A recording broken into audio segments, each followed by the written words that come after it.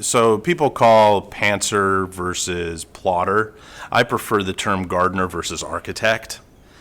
So the gardener is kind of like, okay, there's this thing, and I'm going to put some seeds out there and watch it kind of grow over time.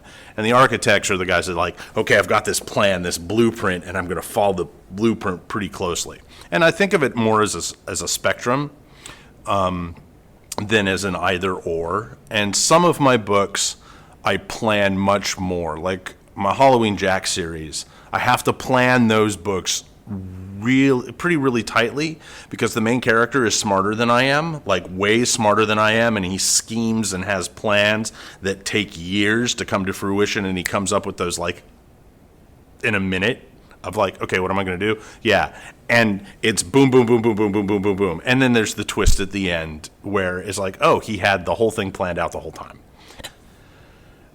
And I'm not that smart. So I got to figure out what the plan is and what the end result is, and then kind of work backwards, and then I write the book. But for the most part, I consider myself kind of the book's first reader, and so I'm kind of reading it as it's being written, and so I like to be surprised by the things that I read. So if I plan the whole thing out, there's no surprise for me, and so that's what I do.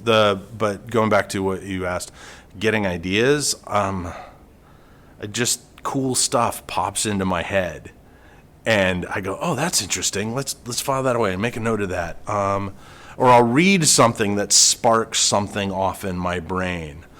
One of the pieces that I started for grad school is a second world fantasy. So another world that's where their version of the Roman Empire never fell.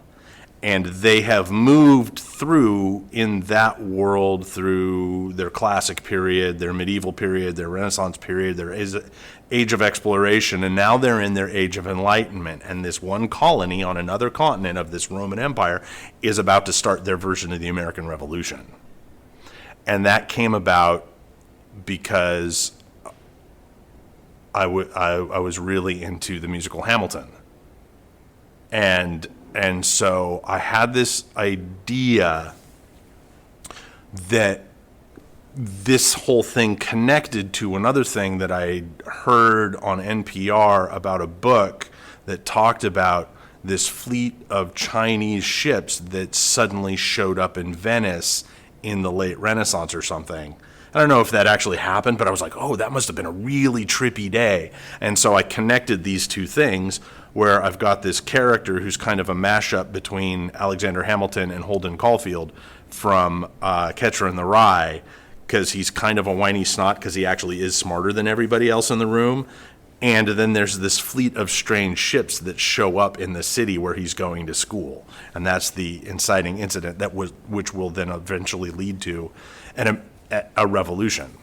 And so I just take things that I think are, oh, that's cool, and that's cool, and that's cool, until they click together and I have a story.